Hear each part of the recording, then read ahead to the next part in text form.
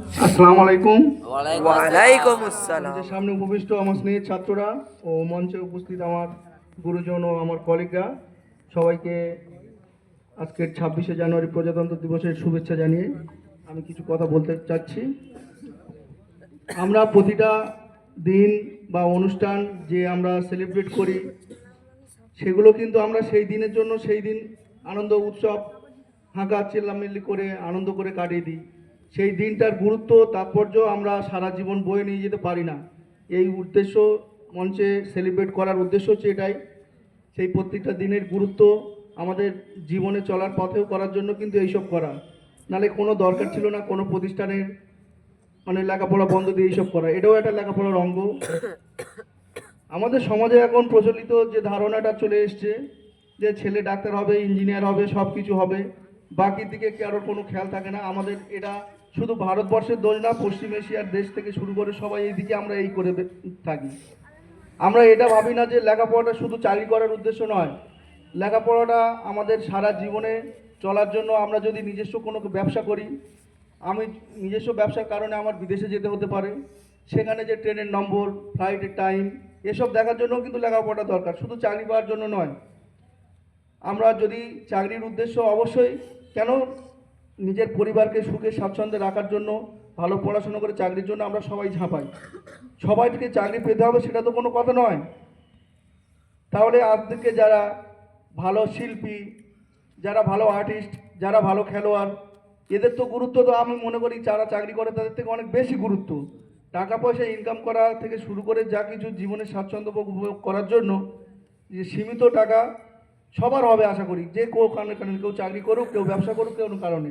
কেননা আল্লাহ তো আমাদের এখানে পাঠিয়েছেন দুনিয়াতে, রুজি রুটি সব আল্লাহর হাতে। আমরা এটা বলে ছেড়ে দিই, কিন্তু তার জন্য তো চেষ্টা করতে হবে। আমি যদি বলি আমি পড়াশোনা করব না, আমি কিছু করব না, আমি আব্বার টাকা ধ্বংস করে খাবো, আব্বা কতদিন খাওয়াবে? আব্বা যতদিন ইনকাম করতে পারবে, খাটতে পারবে। তোমাদের অভিভাবকরা অনেক আশা আকাঙ্ক্ষা নিয়ে এখানে পাঠিয়েছে পড়াশোনা করার জন্য। চাকরি পাওয়াটা সেটা পরে, চাকরি পাওয়ার আগে কিছু যে আমাদের ডিগ্রি থাকে সেটা কমপ্লিট করতে হবে। মাধ্যমিক, উচ্চ মাধ্যমিক, তারপরে গ্র্যাজুয়েশান। আগে 8 পাসের চাকরি হতো, এখন কিন্তু আর 8 পাসের কোনো চাকরি সেরকম আমরা দেখতে পাচ্ছি না। গ্র্যাজুয়েশান পাস করে ভালো ভালো ছেলেরা ওয়েট করছে। তারপরে আমাদের যে সরকার, পশ্চিমবঙ্গ সরকার হোক আর ভারত সরকার হোক, এই দুর্নীতি আমরা কম বেশি সবাই বুঝতে পারছি। তোমাদের অনেকের মনে আকাঙ্ক্ষা আছে ডাক্তারি পড়বো, এমবিবিএস করবো, সেটাও সেই কোশ্চেনটাও দুর্নীতিযুক্ত হলে আগের বারে। তাহলে শুধু যে লক্ষ্য, সেই লক্ষ্যটা কিন্তু আমাদের এমবিবিএস হতে হবে তা নয়। যার ইচ্ছা, একদম অদম ইচ্ছা থাকতে হবে। আমি 1 বছর দিলাম পেলাম না, পরের বছর দিতে হবে, সেই সাহসটা, সেই ইচ্ছা শক্তিটা থাকতে হবে। ধৈর্য হারালে চলবে না। 4 বছর, 5 বছর, 6 বছর যদি কেউ মনে করে ডাক্তার হবো, তার কিন্তু এটা আগে থেকে ভেবে নিতে হবে। আর যেটা আমি বলছি, আমাদের মিশনের যে লেখাপড়ার যেটা মাপকাঠিটা বলা হয় আমাদের মাধ্যমিক পর্যন্ত আছে, তাহলে সারা বিশ্বের লোক হোক, সারা পশ্চিমবঙ্গের লোক হোক, সেটা কিভাবে চিনবে? আমাদের এই মাধ্যমিক পরীক্ষার রেজাল্টটাই দিয়ে চিনবে। তাহলে আমাদের যারা মাধ্যমিক পরীক্ষার্থী আছে তাদের একেবারে শিরে সংক্রান্তি বলে একটা জিনিস আছে, সেটা চলে এসছে। বা পিছনে যেটা কি বলে দেয়ালে পিঠ ঠেকে গেছে, সেটাও চলে এসছে। বারবার শিক্ষক মহাশয়, ম্যানেজিং যারা দায়িত্বে আছেন, তারা বারবার বলছে তোমরা পড়াশোনা শুরু করো, পড়াশোনা করো, মন দিয়ে করো। অনেক হয়েছে, অনেক দিন কেটে গেছে, আর কিন্তু কিছু বাকি নেই। একদম দেখতে দেখতে কেটে যাবে। 10ই না 11ই ফেব্রুয়ারিতে পরীক্ষা, দেখতে দেখতে কেটে যাবে। এই তো আমাদের টুকটাক যে অনুষ্ঠান হলো, আশা করি এর ভিতরে আর সেরকম কোনো উদযাপনের দিন মানে নেই। তাই আমার এত কিছু বলার উদ্দেশ্য হচ্ছে আমাদের মিশনটাকে চেনানোর জন্য যেটা মাপকাঠি শিক্ষা, সেটা কিন্তু মাধ্যমিক রেজাল্ট। সেই রেজাল্টের জন্য, সেই রেজাল্ট আসলাম কি হয়েছে, সেই রেজাল্টটার জন্যই আমাদের এত কিছু করা। শিক্ষক মহাশয়রা বাড়িঘর ছেড়ে দিয়ে এখানে পড়ে আছে, তোমরা বাবা মা ছেড়ে এখানে পড়ে আছো, বাবা মারা তোমাদের ছেড়ে বাড়িতে দুঃখ কষ্টের মধ্যে আছে, কষ্ট করে টাকা ইনকাম করছে। শুধু সব কিছু মূল উদ্দেশ্য কিন্তু এই রেজাল্টটা, মাধ্যমিক রেজাল্ট। তারপরে প্রতিটা ক্লাসের রেজাল্টের গুরুত্ব আছে। আমি মেন বিশেষত আজকে বলছি মাধ্যমিক ছেলেদের উদ্দেশ্যে, তোমরা কেউ 2 বছর, কেউ 3 বছর, কেউ 4 বছর এখানে আছো, আর কটা দিন পরে বিদায় নেবে। সেই বিদায়টা যেন খুব ভালোভাবে হয়, আনন্দের সঙ্গে হয়, সবার মনে যেন থেকে যায়। সেই রেজাল্টের মাধ্যমে কেউ থাকবে, কেউ ভালো ব্যবহারের মাধ্যমে থাকবে। সেই দুটো জিনিস হয় ভালো রেজাল্টের মধ্যে, তাদের আমরা মনে রাখবো, নয় তাদের আচার ব্যবহার শিক্ষকদের সঙ্গে, রান্নার মাসিদের সঙ্গে, আমাদের ম্যানেজমেন্ট স্টাফের সঙ্গে, গেটের দারোয়ান থেকে শুরু করে সবার কিন্তু একই উদ্দেশ্য, তোমাদের পিছনে তোমরা যে স্বপ্নটা নিয়ে গার্জেনরা পাঠিয়েছে সেই স্বপ্নটা পূরণ করার জন্য তোমাদের যেমন কর্তব্য, শিক্ষা মহাশয় থেকে শুরু করে বাকি দারোয়ান, রান্নার মাসি সবার কিন্তু ওই একটাই কারণের জন্য সবার কিন্তু এই পড়ে থাকা।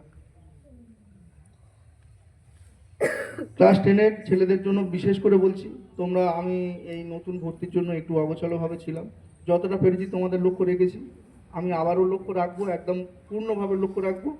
আমার প্রায় নতুন ভর্তির পদ্ধতি শেষ, একটু এক দু সপ্তাহ অগোছালো ছিল, তার মধ্যে আমি তোমাদের যতটা লক্ষ্য করেছি তার পরিপ্রেক্ষিতে বলছি, তোমরা 10টায় 20-র মধ্যে বাচ্চারা স্নান করে নেবে, 11টার মধ্যে স্নান করে নেবে। 10টায় 20 ওরা পেয়ারে চলে আসবে, 10টায় 20 পুরো ফাঁকা থাকবে, ট্রেনের 8-9টা ছেলে স্নান করে নেবে। 12টা পৌনে 1টা থেকে 1টা বা 1টায় 15 পর্যন্ত, 1টায় 10 পর্যন্ত তোমরা আগে খেয়ে নেবে, সময়টা বাঁচবে, ঠিক আছে? তোমরা আগে খেয়ে নেবে, কোনোভাবে কিন্তু 11টার পরে কেউ গোসল করবে না। একদম এতদিন করে এসছো বলি কিছু বলিনি, খেয়াল রাখতে পারিনি হয়তো, তাও বলেছি মুখে, কেউ শুনেছো কেউ শোনোনি। তাহলে ওরা 10টায় 20-র মধ্যে প্রেয়ারে চলে আসছে আশা করি। বাকি ওই যে টাইমটার মধ্যে পুরো ফাঁকা, সবাই একসঙ্গে স্নান করে নেবে, একসঙ্গে খেয়ে নেবে, সময়টা বাঁচবে। আমি কিছু ভালো ছেলে যারা প্রথম সারি আছে, তারাও যেমন আমার কাছে ছাত্র, বাকি শেষের দিকে তারাও ছাত্র, সেইটা এখন আমি তোমাদের সবার উদ্দেশ্যে বলছি, পড়াশোনাটা মন দিয়ে করো, আশা করি কম বেশি করেছো। আর একটা ভূগোল পরীক্ষা মনে হচ্ছে বাকি আছে, তারপরে তো নিজের মতো যা খুশি পড়তে পারবে। তোমরা যদি বলো স্যারের লাগবে, স্যার আসছেন, যদি বলো লাগবে না, তাও ভালো, নিজেদের মতো পড়তে হবে। কালকের ভূগোল পরীক্ষাটা দিয়ে তোমরা সবাই বসবে কোন দিন কোন স্যার দরকার, বা যদিও বা দরকার না হয় নিজের পড়ার, সে তো ক্লাস টাইমে তো আমার সমস্ত শিক্ষক এখানে থাকছে, পার্টিকুলার ক্লাস দেওয়ার দরকার নেই, যদি যা চাওয়ার অসুবিধা হবে স্যারের কাছে পার্সোনালি করে নেবে। জাকারিয়া স্যার আমাদের আজকে অনেক গুরুত্বপূর্ণ বক্তব্য রাখলেন, আশা করি তোমরা বুঝতে পেরেছো যে দিনটার তাৎপর্যটা, সেই দিনে ভুলে গেলে হবে না তো, আমি সেটাই বলছি। আইন, আদালত থেকে শুরু করে সংবিধান, সবার সব কিছু করা আছে, মানে এই বিশ্বে ভালো মন্দ দুটোই আছে, দুর্নীতি চলবে, ঘুষ চলবে, সব কিছু চলার মাধ্যমে এই তোমরা যে মানে ভবিষ্যতে যে তোমাদের যে প্ল্যানটা, সেই প্ল্যানের জন্য তোমরা এইগুলো রুখে দাঁড়াতে পারবে, প্রতিরোধ করতে পারবে, দুর্নীতি মুক্ত করতে পারবে।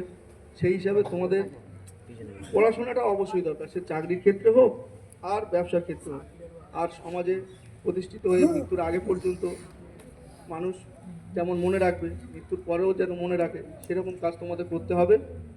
আমি শুধু স্নান আর খাওয়ার কথাটা কেন বললাম, তোমাদের টুকটাক দেখছি সব মোটামুটি পড়াশোনা করছো, এই দুটো জায়গায় অনেক ঘাটতি, এখানে স্নান করতে গিয়ে 8 ঘন্টা নষ্ট, খেতে গিয়ে 8 ঘন্টা নষ্ট, এটা যেন আর একেবারে না হয়, ঠিক আছে?